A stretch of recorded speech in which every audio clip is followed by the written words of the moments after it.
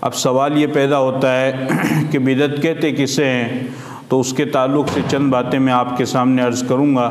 جس سے آپ کو بخوبی اندازہ ہوگا کہ سنت اور بدعت میں کیا فرق ہے۔ سنت کہتے ہیں رسول اکرم صلی اللہ علیہ وسلم کے پاکیزہ طریقے کو،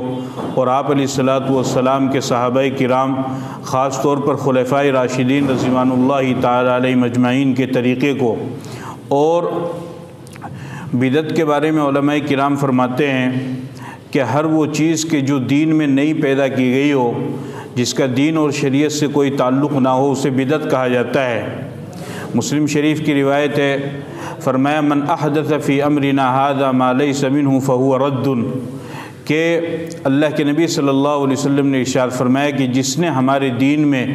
کوئی ایسی نئی چیز ایجاد کی کہ جس کا ہمارے دین سے کوئی تعلق نہیں ہے، تو وہ مردود ہے اور وہی بدعت ہے اور وہ ناقابل قبول ہے۔ یعنی پیغمبر نے جس چیز کو جس طریقے کو بتایا تو وہ طریقہ تو ہے سنت۔ اور پھر اس کے بعد علماء کرام فرماتے ہیں کہ 3 زمانے ایسے ہیں کہ جس کے خیر اور جس کے بھلا ہونے کی گواہی خود اللہ کے نبی صلی اللہ علیہ وسلم نے دی ہے۔ آپ علیہ الصلاۃ والسلام نے فرمایا خیر القرون قرنی ثم الذین یلونہم ثم الذین یلونہم۔ حدیث پاک کے اندر آپ علیہ السلام نے فرمایا کہ زمانوں میں سب سے بہترین زمانہ میرا زمانہ ہے، اس وجہ سے کہ آپ علیہ الصلاۃ والسلام سید الانس والجن، سید الانبیاء، سید الکائنات ہیں، تو ظاہر سی بات ہے پھر آپ کا جو زمانہ ہوگا وہ بھی سب سے افضل اور سب سے اشرف ہوگا۔ تو آپ نے فرمایا کہ زمانوں میں سب سے بہترین زمانہ وہ میرا زمانہ ہے جس زمانے میں میں موجود ہوں، اور پھر فرمایا کہ پھر اس کے بعد میرے بعد والا زمانہ ہے، اور پھر فرمایا کہ اس کے بعد والا زمانہ ہے۔ اس طریقے سے 3 زمانے کے بارے میں آپ نے شہادت دی اور فرمایا کہ یہ 3 زمانے خیر اور بھلائی کے زمانے ہیں، جس کو قرون مشہود لہا بالخیر کہا جاتا ہے۔ یعنی پیغمبر کا، صحابہ کا زمانہ، تابعین کا زمانہ اور تبع تابعین کا زمانہ، ان 3 زمانوں کے بارے میں اللہ کے نبی نے شہادت دی ہے کہ یہ خیر اور بھلائی کا زمانہ ہے۔ اور پھر اس کے بعد چونکہ بہت زیادہ فتنے اور فساد پھیل گئے، بہت ساری نئی چیزیں پیدا ہو گئی، تو آپ نے فرمایا کہ ان 3 زمانوں کے اندر جس چیز کو، جس طریقے کو مضبوطی کے ساتھ تھام کر کے رکھا گیا تو سمجھو کہ وہ طریقہ سنت ہے، اور اس کے بعد جس کسی طریقے کو ایجاد کر لیا گیا تو پھر یہ سمجھیے کہ وہ طریقہ بدعت ہے، اس کا سنت سے اور شریعت سے اس کا کوئی بھی تعلق نہیں ہے، دور دور تک اس کا کوئی واسطہ نہیں ہے۔ چنانچہ صحابہ کرام رضوان اللہ تعالی علیہم اجمعین نے جہاں کہیں پر بھی ان کو ایسا لگا کہ یہاں پر ذرہ برابر بھی بدعت کا شائبہ تک ہو سکتا ہے، بدعت کا گمان تک ہو سکتا ہے، تو صحابہ کرام رضوان اللہ تعالی علیہم اجمعین نے اس چیز کو بالکل جڑ سے ہی ختم کر دیا، تاکہ لوگ بدعت کے اندر مشغول نہ ہو جائیں، تاکہ لوگ بدعت کو کرنے والے نہ بن جائیں۔ اور جس چیز کی شریعت نے کوئی فضیلت نہیں بتلائی ہے، جس چیز کے بارے میں شریعت نے خود چل کر کے کوئی فضیلت نہیں بتلائی ہے، جس بندے کے بارے میں شریعت نے خود چل کر کے کوئی فضیلت نہیں بتلائی ہے، کسی چیز کے بارے میں شریعت نے خود چل کر کے کوئی فضیلت نہیں بتلائی ہے، بعد میں لوگ اپنی طرف سے اس کو فضیلت والا سمجھ کر کے اس کے ساتھ عجیب عجیب کارنامے کرنے لگے، تو صحابہ کرام رضوان اللہ تعالی اجمعین نے ان تمام چیزوں کو پر بھی روک لگائی ہے، تاکہ آگے چل کر کے بدعت کا راستہ ہمیشہ کے لیے بند ہو جائے۔ چنانچہ صلح حدیبیہ کے موقع پر آپ علیہ الصلاۃ والسلام کے ساتھ تقریباً 1400 یا 1500 کے قریب صحابہ کرام رضوان اللہ تعالی علیہم اجمعین موجود تھے، اور آپ اپنے صحابہ کے ساتھ عمرہ کرنے کی نیت سے تشریف لائے، اور مکہ سے تقریباً 8 میل کے فاصلے پر حدیبیہ ایک کنواں ہے، اس کے پاس میں ایک بستی ہے، تو اس کی نسبت پر اس بستی کا نام حدیبیہ رکھ دیا گیا، اور آپ اپنے صحابہ کے ساتھ میں وہاں پر تشریف لائے۔ چونکہ جنگ کا تو کوئی ارادہ نہیں تھا، تو آپ نے کفار مکہ کو خبر کرنے کے لیے اپنے ایک ساتھی کو بھیجنے کا ارادہ کیا کہ بھئی ہم کوئی جنگ کرنے کے لیے نہیں آئے ہیں مدینے سے، ہم تو صرف اور صرف عمرہ کرنے کے لیے آئے ہیں، ہم عمرہ کریں گے اور عمرہ کر کے چلے جائیں گے، ہم کو عمرہ کرنے کی اجازت دے دو۔ تو ایک صحابی کو کہا، دوسرے کو کہا، پھر اخیر میں یہ بات طے ہوئی کہ حضرت عثمان غنی رضی اللہ تعالیٰ عنہ کو بھیجا جائے۔ حضرت عمر سے بھی کہا گیا۔ حضرت عمر نے فرمایا کہ یا رسول اللہ، آپ تو جانتے ہیں کہ مکہ والے مجھ پر کتنے زیادہ گرم ہیں اور مجھے کتنے سخت ہیں میرے تعلق سے، اور میرے تو بہت پکے اور جانی اور جگری میرے دشمن ہیں، وہ تو میرے اوپر بہت سخت معاملہ کر سکتے ہیں میرے ساتھ میں، لہذا مشورہ یہ ہوا کہ حضرت عثمان رضی اللہ تعالیٰ عنہ کو بھیج دیا جائے، چونکہ حضرت عثمان کی قرابت داری، رشتہ داری وہاں پر موجود تھی۔ حضرت عثمان رضی اللہ تعالیٰ عنہ مکہ کے لوگوں کے پاس میں آئے اور ان کو اللہ کے نبی کا سارا پیغام سنایا، تو مکہ کے لوگوں نے کہا کہ ہم آپ کو تو عمرہ کرنے کی اجازت دیتے ہیں لیکن ان کو کسی کو اجازت نہیں ملے گی۔ اچھا، ادھر حضرت عثمان پہنچے اور ادھر یہ خبر پھیلا دی گئی کہ حضرت عثمان رضی اللہ تعالیٰ عنہ کو نعوذ باللہ قتل کر دیا گیا، کسی نے افواہ پھیلا دی۔ تو حضور علیہ الصلوۃ والسلام وہیں پر حدیبیہ میں، وہاں پر ایک درخت ہے، کیکر کا درخت، اس درخت کے نیچے آپ علیہ الصلوۃ والسلام نے صحابہ کرام رضوان اللہ تعالیٰ علیہم اجمعین سے بیعت لی، اور آپ نے فرمایا کہ تم مجھ سے بیعت لو اس بات پر کہ جب تک ہم حضرت عثمان کا بدلہ نہیں لے لیں گے اس وقت تک ہم پیچھے نہیں ہٹیں گے۔ قرآن کریم نے بھی اس واقعے کو بیان کیا ہے سورہ فتح کے اندر، فرمایا لقد رضی اللہ عن المؤمنین اذ یبایعونک تحت الشجرہ، کہ اللہ راضی ہو گیا مومنین سے جب وہ آپ سے بیعت لے رہے تھے درخت کے نیچے۔ کیکر کا ایک درخت تھا، اس درخت کے نیچے اللہ کے نبی نے صحابہ کرام رضوان اللہ تعالیٰ علیہم اجمعین سے بیعت لی، اور دائیں ہاتھ پر آپ بیعت لیتے تھے، اور اپنے بائیں ہاتھ کے بارے میں آپ نے فرمایا کہ یہ میرا عثمان کی طرف سے، یہ میرا ہاتھ ہے، میں حضرت عثمان کی طرف سے بھی بیعت لیتا ہوں۔ چنانچہ صحابہ کرام نے تمام نے بیعت دی اس بات پر کہ ہم حضرت عثمان کا بدلہ لیں گے۔ پھر بعد میں پتہ چلا کہ وہ خبر تو بہرحال غلط تھی۔ اس کے بعد پھر کیا ہوا کہ جب لوگ وہاں پر آنے لگے تو اب لوگوں نے یہ دیکھا کہ اس درخت کے نیچے تو اللہ کے نبی نے 1400-1500 صحابہ کرام سے بیعت لی ہے، تو یہ کوئی عجیب درخت ہے، کوئی برکت والا درخت ہے، کوئی تبرک والا درخت ہے، تو لوگوں نے اس درخت کے نیچے نماز پڑھنی شروع کر دی۔ چنانچہ طارق بن عبد الرحمن فرماتے ہیں کہ میں حج کرنے کے لیے راستے میں جا رہا تھا تو میں نے دیکھا کہ ایک جگہ پر لوگ جمع ہے اور وہ نماز پڑھ رہے ہیں۔ میں نے سوچا کہ بھئی یہاں پر لوگ نماز کیوں پڑھ رہے ہیں سب جمع ہو کر کے؟ تو میں نے ان سے جا کر کے پوچھا تو انہوں نے بتایا کہ یہ وہ درخت ہے جس کے نیچے اللہ کے نبی نے صحابہ سے بیعت لی ہے۔ تو چنانچہ انہوں نے وہ واقعہ سعید بن مسیب رحمۃ اللہ علیہ کو جا کر کے بتلایا تو انہوں نے فرمایا کہ میرے والد تو خود اللہ کے نبی کے بیعت لینے والوں کے ساتھ شامل تھے، میرے والد نے اللہ کے نبی سے بیعت لی ہے، اور پھر اس کے بعد وہ فرماتے ہیں کہ اگلے سال تو ہمیں پتہ ہی نہیں چلا کہ وہ درخت کہاں پر گم ہو گیا، اور تم آج اٹھ کر کے کہتے ہو اتنے دنوں کے بعد میں کہ بھئی اس درخت کے نیچے اللہ کے نبی نے بیعت لی ہے۔ خلاصہ یہ ہے کہ اس درخت کے بارے میں صحابہ کرام کو اللہ تعالیٰ نے بھلا دیا، اور اس کیکر کے درخت کے بارے میں کسی کو پتہ ہی نہیں چلا کہ کون سا درخت ہے، چونکہ جنگل میں بہت سارے درخت تھے تو اللہ کے نبی نے کسی ایک درخت کے نیچے بیعت لی۔ حضرت عمر فاروق رضی اللہ تعالیٰ عنہ کو جب اس بات کا علم ہوا تو انہیں پتہ تو تھا کہ کوئی خاص درخت نہیں ہے جس کے نیچے اللہ کے نبی نے بیعت لی ہے، بس لوگوں نے اپنی طرف سے کسی درخت کو گھڑ لیا ہے اور اس کے بارے میں کہہ رہے ہیں کہ صاحب اس کے نیچے بیعت لی ہے، لہذا یہ کوئی تبرک والا برکت ہے۔ تو حضرت عمر رضی اللہ تعالیٰ عنہ نے اس درخت کو ہی کٹوا دیا اور کٹوا کر کے اس کو ختم ہی کر دیا کہ آج تو یہ لوگ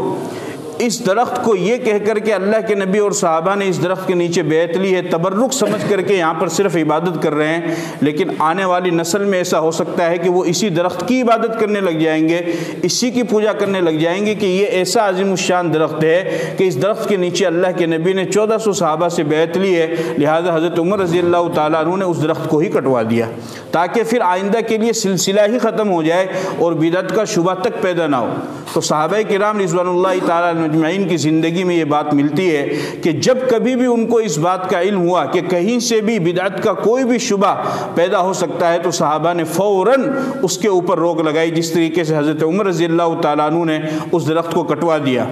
اسی طریقے سے ملک شام کے اندر حضرت عمر رضی اللہ تعالیٰ عنہ کے زمانے میں آتا ہے کسی نبی کی قبر وہ کھل گئی کسی بارش کی وجہ سے یا کسی اور وجہ سے، اور اس میں سے ایک کتاب نکلی۔ اچھا، اس کتاب میں کچھ باتیں ایسی تھی کہ جس میں آئندہ کے بارے میں کچھ باتیں بتلائی گئی تھی، پیشین گوئی کے طور پر مستقبل کے بارے میں، فیوچر کے بارے میں کچھ باتیں بتلائی گئی تھی۔ اب ایک بندے نے وہ کتاب لے لی اور اس کو دیکھ کر کے وہ چند باتیں بتانے لگا تو اس میں سے بہت ساری باتیں صحیح بھی ہونے لگی، پھر اس نے بالآخر وہ نبوت کا بھی دعویٰ کرنے والا بن گیا تھا یا اس نے نبوت کا دعویٰ کر دیا تھا۔ حضرت عمر رضی اللہ تعالیٰ عنہ کو جب پتہ چلا تو انہوں نے سمجھا سمجھا کہ یہ تو اب بہت بڑا فتنہ کھڑا ہو جائے گا اور لوگ پھر اس فتنے کا شکار ہو جائیں گے، تو پھر وہ فوراً وہاں سے چل کر کے ملک شام پہنچے اور انہوں نے 11 قبریں کھدوائی اور ان 11 قبر میں راتوں رات اس نبی کی قبر کو بھی، ان کی لاش کو بھی اس میں دفن کر دیا اور ساتھ میں اسی وقت اس کتاب کو بھی اس کے اندر دفن کر دیا، تاکہ لوگوں کو پتہ ہی نہ چلے کہ وہ کتاب کہاں گئی اور اس پیغمبر کا جسم مبارک، جسم اطہر وہ کہاں پر چلا گیا۔ اور اس طریقے سے امت کے اندر جو ایک بہت بڑا فتنہ کھڑا ہو سکتا تھا، اس فتنے کو حضرت عمر رضی اللہ تعالیٰ عنہ نے ختم کر دیا۔ تو بہت ساری چیزیں ایسی ہے کہ جو بظاہر دیکھنے میں لگتی ہے، تو اس کا یہ مطلب نہیں کہ ہر چیز کرامت ہو جاتی ہے۔ اب تو ہمارے یہاں ایسا ماحول ہو گیا کہ ہلکا سا بھی کوئی کسی بھی طرح کا کچھ معاملہ کر دے تو لوگ سمجھتے ہیں کہ صاحب بہت بڑی پہنچی ہوئی سرکار ہے، بہت بڑی ہستی ہے اور یہ کرامت ہے۔ تو یہ ضروری نہیں ہے، یہ ایک طرح کا علم ہوتا ہے۔ اس علم کو جو بندہ حاصل کر لے گا تو اس علم کو حاصل کرنے کے بعد اللہ تعالیٰ کچھ طاقت اس بندے کو ایسی عطا فرماتے ہیں کہ جس کی وجہ سے وہ عجیب عجیب طریقے کے نمونے دکھلا سکتا ہے۔ ہوا میں اڑنا، آگ میں چلنا، پانی پہ چلنا، یہ اس طریقے کے نمونے وہ دکھلا سکتا ہے۔ تو اس کا یہ مطلب نہیں ہوتا ہے کہ کرامت ہے یا بہت بڑا ولی ہے۔ ولی وہ انسان نہیں ہوتا جو نئی نئی کرامت دکھلائے، اور جو ہوا میں اڑتا پھرے، جو آگ میں چلے، جو پانی میں چلے، وہ ولی نہیں ہوتا ہے۔ اگر ہوا میں اڑنے والا ولی ہوگا تو پرندہ تو پورے دن ہی ہوا میں اڑتا ہے، تو پرندہ سب سے بڑا ولی ہو گیا، چڑیا تو سب سے بڑی ولیہ ہو گئی۔ اسی طریقے سے پانی میں چلنا ہی، پانی میں پھرنا ہی اگر ولی ہونے کی علامت ہوتی تو بگلا تو پورے سمندر میں پھرتا ہے، مچھلیاں تو سمندر کے اندر رہتی ہے۔ نہیں، ولی وہ ہوتا ہے جو جتنا بڑا شریعت کا اور سنت کا پابند ہوگا وہ اتنا ہی بڑا ولی ہوگا، اور جو جتنا زیادہ شریعت اور سنت سے دور ہوگا وہ اتنے ہی ولایت سے بھی دور ہوگا۔ تو علماء کرام نے، صحابہ کرام، ان کا شروع سے یہ معمول رہا ہے کہ وہ ان تمام چیزوں کو ختم کرتے ہیں اور انسان کو اس بہکاوے میں بھی نہیں آنا چاہیے۔ شیخ عبد القادر جیلانی رحمۃ اللہ علیہ، سب نے آپ نے نام سنا ہے، کتنے بڑے اللہ والے اور کتنے بڑے بزرگ گزرے ہیں۔ فرماتے ہیں کہ میں ایک دفعہ سیر و سیاحت کے لیے جنگل میں چلا گیا تو مجھے پیاس لگی، میرے پاس پینے کے لیے پانی نہیں تھا۔ اس کے بعد میں کافی پریشان ہوا تو پانی نہ ہونے کی وجہ سے ہمیں وہاں پر ٹھہرنا پڑا۔ شاہ عبد القادر جیلانی رحمۃ اللہ علیہ فرماتے ہیں کہ پھر اچانک ایسا ہوا، میں نے اللہ تعالیٰ سے دعا کی تو اچانک ایسا ہوا کہ میرے سر کے اوپر بادل آئے اور پھر پانی برسا، میں نے وہ پانی پیا اور اپنی پیاس کو بجھایا۔ اس کے بعد وہ فرماتے ہیں کہ اچانک آسمان میں ایک روشنی نمودار ہوئی اور اس روشنی نے آسمان کے دونوں کناروں کو گھیر لیا، اور پھر اس کے بعد اس میں سے ایک صورت نمودار ہوئی، شکل نکلی، ظاہر ہوئی، اور اس نے کہا کہ عبد القادر جیلانی، میں تمہارا رب ہوں، میں تمہارا پروردگار ہوں، اور میں نے ہی تمہارے لیے بارش برسائی ہے جس سے تم نے اپنی پیاس کو دور کر لیا ہے، اور میں آج تمہیں کہتا ہوں کہ آج کے بعد کوئی چیز تمہارے لیے، کوئی حلال حلال نہیں، کوئی حرام حرام نہیں، اور تمہیں شریعت کے کسی حکم پر عمل کرنے کی ضرورت نہیں، تم آج سے آزاد ہو، تم جس طرح چاہو زندگی گزارو، تم کو شریعت کا مکلف نہیں، اب تم شریعت کے مکلف نہیں ہو، تم آزاد ہو۔ اب میرے اور آپ کے جیسا کوئی عام انسان ہوتا تو فوراً بہکاوے میں آ جاتا۔ جیسا آپ نے قصہ سنا ہوگا، ایک بہت بڑے صاحب تھے، حاجی صاحب تھے ماشاءاللہ، بہت بڑے تہجد گزار اور نماز کے پابند۔ ایک دفعہ ان کی بزرگی جب مشہور ہوئی لوگوں میں تو محلے میں بدماش قسم کے لوگ بھی ہوتے ہیں، تو ایک نوجوان تھا اوباش قسم کا، اس نے کہا کہ اس کی بزرگی کو میں ٹھکانے لگاتا ہوں۔ چنانچہ وہ رات کو جب تہجد پڑھنے کے لیے اٹھے تو وہ نوجوان ان کے گھر کی چھت کے اوپر چلا گیا اور وہاں پر سے آواز دینے لگا، السلام علیکم۔ وہ بزرگ صاحب کہنے لگے وعلیکم السلام۔ تو کہنے لگے کون ہو تم؟ تو وہ نوجوان اوپر سے کہنے لگا، وہ بدماش کہ میں جبرائیل علیہ السلام ہوں، اللہ کی طرف سے آیا ہوں۔ بولیے کیا بات ہے؟ آپ کی اتنی عمر ہو گئی اور آپ نے اتنی ساری عبادت کر لیا، اب اللہ نے یہ حکم دیا ہے کہ آپ کو عبادت کی ضرورت نہیں ہے، لہذا آپ آرام کرو، عیاشی کرو، آپ کی عمر زیادہ ہوگی، جتنی عبادت کرنی تھی کر لی، اب آپ کو عبادت کی کوئی ضرورت نہیں ہے۔ حاجی صاحب تو آ گئے، پلنگ پر سو گئے آرام سے۔ 2 دن 3 دن 4 دن گزر گئے، نماز پڑھنے کے لیے آتے نہیں۔ اب نمازی پریشان کے بھی آتے تھے برابر پابندی سے نماز پڑھنے، اب نماز پڑھنے کیوں نہیں آتے؟ گھر پر جا کر کے دیکھا، ملنے کے لیے گئے تو حاجی صاحب آرام سے سو رہے ہیں۔ پوچھا بھائی کیوں سو رہے ہیں؟ تو کہنے لگے میرے تو ساری نماز سب معاف۔ بھائی کس نے معاف کر دی؟ بولا وہ جبرائیل۔ بولا کون جبرائیل آیا تھا؟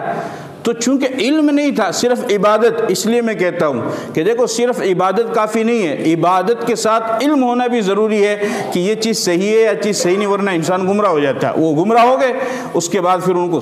سمجھایا گیا، بتایا گیا، بعد میں پھر جب بات کھلی تو پتہ چلا کہ اس نوجوان نے مکاری کی تھی اور اس نے اس طریقے سے ان کو بہکایا تھا۔ پھر انہوں نے بہرحال دوبارہ نماز شروع کر دی۔ شیخ عبد القادر جیلانی رحمۃ اللہ علیہ، چونکہ ان کے پاس تو علم بھی تھا، انہوں نے فرمایا اعوذ باللہ من الشیطان الرجیم مردود، تو یہاں سے نکل جا، دور ہو جا، بھاگ جا یہاں سے۔ وہ بڑا حیران ہوا، وہ سمجھ گیا وہ شیطان تھا اصل میں، تو کہنے لگا کہ عبد القادر جیلانی تیرے علم نے آج تجھے بچا لیا ہے، تیرے علم نے تجھے بچا لیا ہے۔ شیخ عبد القادر جیلانی نے فرمایا کہ میرے علم نے نہیں، میرے اللہ نے مجھے بچا لیا ہے، میرے اللہ نے مجھے بچایا ہے۔ اور اب دیکھیے اتنی بڑی کرامت ان کے سامنے ظاہر ہوئی، لیکن اس کے باوجود بھی دھوکے کے اندر نہیں آئے اور یہ نہیں کہا صاحب بہت بڑی کرامت ظاہر ہو گئی لہذا میں اس کی بات مان لوں۔ لہذا ہر چمکتی چیز کو کہتے ہیں نا، ہر چمکتی چیز سونا نہیں ہوتی ہے، اسی طریقے سے اگر کوئی بندہ کسی طرح کے کچھ معاملات کر دے یا کسی چیز میں کوئی معاملات آ جائے تو اس کی وجہ سے وہ فضیلت والی نہیں ہو جاتی ہے جب تک کہ شریعت خود اس کو فضیلت والی نہ بتا دے۔ ایشیا کی عظیم دینی درسگاہ ازہر ہند ام المدارس دارالعلوم دیوبند، جس نے پوری دنیا کے اندر اپنے فضلاء اور طلباء اور علماء کو پہنچایا ہے اور پوری دنیا میں ان سے تعلیم یافتہ لوگ پوری دنیا میں دین کا کام کر رہے ہیں اور قرآن و حدیث کی تعلیم کو پھیلا پوری دنیا کے اندر، صرف ہندوستان نہیں بلکہ پوری دنیا کے اندر اللہ تعالیٰ نے ایسی اس کو مقبولیت عطا فرمائی ہے۔ دارالعلوم دیوبند کے حضرت مولانا محمد رفیع الدین صاحب، انہوں نے ایک خواب دیکھا۔ خواب کیا تھا کہ اللہ کے نبی صلی اللہ علیہ وسلم نے ایک کنواں ہے وہاں پر، ابھی بھی ہے احاطہ مولسری میں، کہ وہ کنواں ہے اس میں سے دودھ نکل رہا ہے اور اللہ کے نبی اس کنویں میں سے دودھ نکال رہے ہیں اور بہت بڑی ایک تعداد ہے لوگوں کی، وہ آ رہی ہے دودھ لینے کے لیے، کوئی لوٹا لے کے آ رہا ہے، کوئی جگ لے کے آ رہا ہے، کوئی پیالہ لے کے آ رہا ہے، کوئی بالٹی لے کے آ رہا ہے، کوئی ڈرام لے کے آ رہا ہے، کوئی کچھ لے کے آ رہا ہے، اس طرح لوگ آ رہے ہیں اور اللہ کے نبی اس کنویں میں سے دودھ نکال کر کے پلا رہے ہیں۔ ان کو پتہ چلا اس خواب کی اصل میں تعبیر کیا تھی کہ یعنی جو بندہ بھی دارالعلوم دیوبند میں پڑھے گا تو گویا کہ اللہ کے نبی کے ہاتھوں سے اس نے دودھ پیا ہے، اور دودھ کی تعبیر ہوتی ہے علم سے، یعنی اگر کوئی بندہ خواب میں دودھ دیکھے تو اس کا مطلب یہ ہوگا کہ اس کو علم حاصل ہوگا۔ چنانچہ جب یہ بات لوگوں میں پھیلی مشہور ہوئی، انہوں نے لوگوں کو بتلائی تو اب لوگوں نے دیکھا کہ بھئی یہ تو اس کنویں سے اللہ کے نبی دودھ پلا رہے ہیں، صرف خواب کی بات تھی اور خواب کوئی حجت نہیں ہوتا ہے، یعنی نبی کا خواب تو حجت ہوتا ہے لیکن امتی کا خواب حجت نہیں ہوتا ہے، یعنی امتی نے اگر دیکھ لیا کہ مجھے خواب میں یہ کر رہا ہوں تو ضروری نہیں کہ وہ کرے، شریعت کا کیا حکم ہے یہ دیکھنا پڑے گا۔ باپ نے خواب دیکھا کہ میں اپنے بیٹے کو ذبح کر رہا ہوں خواب میں، تو باپ صبح اٹھ کے چھری نہیں پھیر سکتا ہے کیونکہ امتی کا خواب حجت نہیں، لیکن اگر نبی دیکھ لے تو اس کو حکم ہوتا ہے۔ ابراہیم علیہ السلام نے اسماعیل علیہ السلام کو خواب میں تو دیکھا تھا نا چھری پھیرتے ہوئے، اور پھر اس کے بعد میں پھیر دیا۔ بہرحال اب جب لوگوں کو یہ بات معلوم ہوئی، اب لوگ اس کا پانی لے کر کے جا رہے ہیں، کوئی کہاں رکھ رہا ہے کوئی کہاں رکھ رہا ہے، پورے دیوبند کے اندر اور پورے علاقے کے اندر یہ بات پھیل گئی۔ تو دارالعلوم دیوبند کا مزاج یہ ہے کہ دارالعلوم کبھی بھی بدعت کو قبول نہیں کرتا ہے، جہاں کہیں بھی بدعت کا ذرہ سا شبہ ہوتا ہے دارالعلوم فوراً اس کے اوپر روک لگاتا ہے۔ یہ مسلک دیوبند کی خاصیت ہے، اس کا یہ امتزاج ہے، اس کا یہ مزاج ہے کہ وہ صرف اور صرف توحید اور سنت کو قبول کرتا ہے، نہ دیوبند کفر کو اپنے قریب آنے دیتا ہے، نہ شرک کو اپنے قریب آنے دیتا ہے، اور نہ ہی بدعت کو اپنے قریب آنے دیتا ہے۔ چنانچہ ان کو پتہ چلا تو انہوں نے وہاں پر جالی والی لگوائی اور اس کے اندر کچھ پتھر وتھر بھی ڈال دیے تاکہ لوگوں کو یہ پتہ چل جائے کہ صرف خواب میں کسی چیز کو دیکھ لینے سے اس کی فضیلت ظاہر نہیں ہو جاتی ہے۔ جب دارالعلوم دیوبند کی ابتدا ہوئی تو شیخ الہند مولانا محمود الحسن رحمۃ اللہ تعالی علیہ، پہلے طالب علم، ملا محمود پڑھانے والے پہلے استاذ، انار کے درخت کے نیچے اس کی ابتدا کی، انار کے درخت کے نیچے اس کی شروعات کی۔ اب لوگ شوق سے دیکھنے کے لیے جانے لگے کہ بھئی انار، وہ کون سا انار کا درخت ہے، وہ کون سا انار کا درخت ہے۔ اب لوگ شوق سے دیکھنے کے لیے جانے لگے اور اس کی گویا کہ ایک طرح سے اس کی فضیلت اور اس کی عظمت کو اپنے دل کے اندر بٹھا لیا کہ بھئی یہی وہ انار کا درخت ہے کہ جس کے نیچے دارالعلوم کی شروعات ہوئی ہے۔ تو پھر علماء کرام نے اس انار کے درخت کو ہی ختم کر دیا تاکہ آگے چل کر کے لوگ بدعت کے اندر نہ پڑ جائے اور کہیں اسی انار کے درخت کی پوجا نہ شروع کر دے۔ یہی تو معاملہ ہوتا ہے نا۔ آج بھی جہاں کہیں پر بھی مزار اور درگاہ بنے ہوئے، لوگ کہتے ہیں کہ صاحب ہم صرف عظمت کے لیے رکھتے ہیں۔ ارے میرے بھائی، آپ عظمت کے لیے رکھ رہے ہو، آنے والی نسل پوجے گی اس کو، اور آپ کو قبر کے اندر دردناک عذاب ہوگا، اس کی سزا ملے گی، آپ کو اس کا کوئی بھی فائدہ نہیں ہوگا۔ ہر بدعت سے انسان کو اپنے آپ کو بچانا چاہیے۔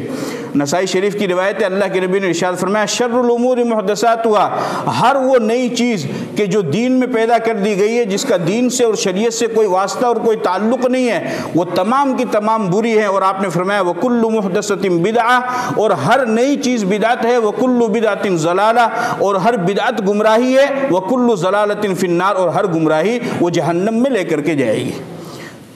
بدعت یعنی جو چیز پیغمبر سے اور صحابہ سے ثابت نہیں ہے اس کو دین سمجھ کر کے کرنا، اسی کا نام بدعت ہے۔ جو چیز صحابہ اور پیغمبر سے ثابت نہیں ہے اس کو دین سمجھ کر کے کرنا، اسی کا نام کیا ہے؟ بدعت ہے۔ ہمیں یہ دیکھنا ہے کہ ہم یہ جو نیک کام کر رہے ہیں یہ صحابہ سے اور پیغمبر سے ثابت ہے یا نہیں۔ اگر ثابت ہے تو آنکھ بند کر کے اس کو کرو، وہ تو سنت ہے، اس میں تو ثواب ہے۔ لیکن اگر وہ ثابت نہیں ہے تو آپ اپنی مرضی سے چاہے اس کو کتنا ہی نیک سمجھ رہے ہو، آپ کو فائدہ نہیں ہوگا، اور قیامت کے دن اللہ کے نبی کی سفارش سے بھی محروم ہو جائیں گے، فائدہ حاصل نہیں ہو سکتا ہے۔ اور میں آپ سے ایک سوال پوچھتا ہوں، آپ یہ بتائیے کہ دین مکمل ہو گیا یا نہیں ہو گیا؟ دین مکمل ہو گیا، اللہ کے نبی دنیا سے چلے گئے، قرآن جتنا اترنا تھا پورا اتر گیا، قیامت تک کے لیے ہدایت سامنے موجود ہو گئی۔ اب اللہ کے نبی دنیا سے چلے گئے، اب دین مکمل ہو گیا ہے۔ اب دین کے مکمل ہونے کے بعد آپ نے حجۃ الوداع کے موقع پر صحابہ کرام سے پوچھا کہ حل بلغت، کیا میں نے دین پہنچا دیا؟ تو تمام صحابہ کرام 1,24,000 سوا لاکھ صحابہ کرام کا مجمع تھا، اور تمام صحابہ کرام نے ایک زبان ہو کر کے کہا کہ ہاں یا رسول اللہ، آپ کو اللہ نے جو احکام دیے تھے، جو مذہب دیا تھا، جو دین دیا تھا، آپ نے وہ دین ہم تک پہنچا دیا ہے۔ تو آپ علیہ السلام نے پھر آسمان کی طرف انگلی اٹھائی اور فرمایا کہ اللہ تو گواہ رہنا، جو دین تو نے مجھے دیا تھا وہ دین میں نے ان تک پہنچا دیا ہے۔ صحابہ کرام کو اللہ کے نبی نے پورا دین پہنچا دیا ہے۔ اب جو باتیں اللہ کے نبی نے اور صحابہ نے بتلائی ہے صرف اور صرف وہی دین ہے۔ اب اللہ کے نبی اور صحابہ کے جانے کے بعد کوئی نئی چیز کو پیدا کرتا ہے دین کے اندر، تو بتائیے یہ ایک طرح سے خیانت ہوگی کہ نہیں؟ کہ یعنی گویا کہ اس چیز کے بارے میں اللہ کے نبی کو نہیں پتا تھا اور اس صاحب کو پتا لگ گیا ہے۔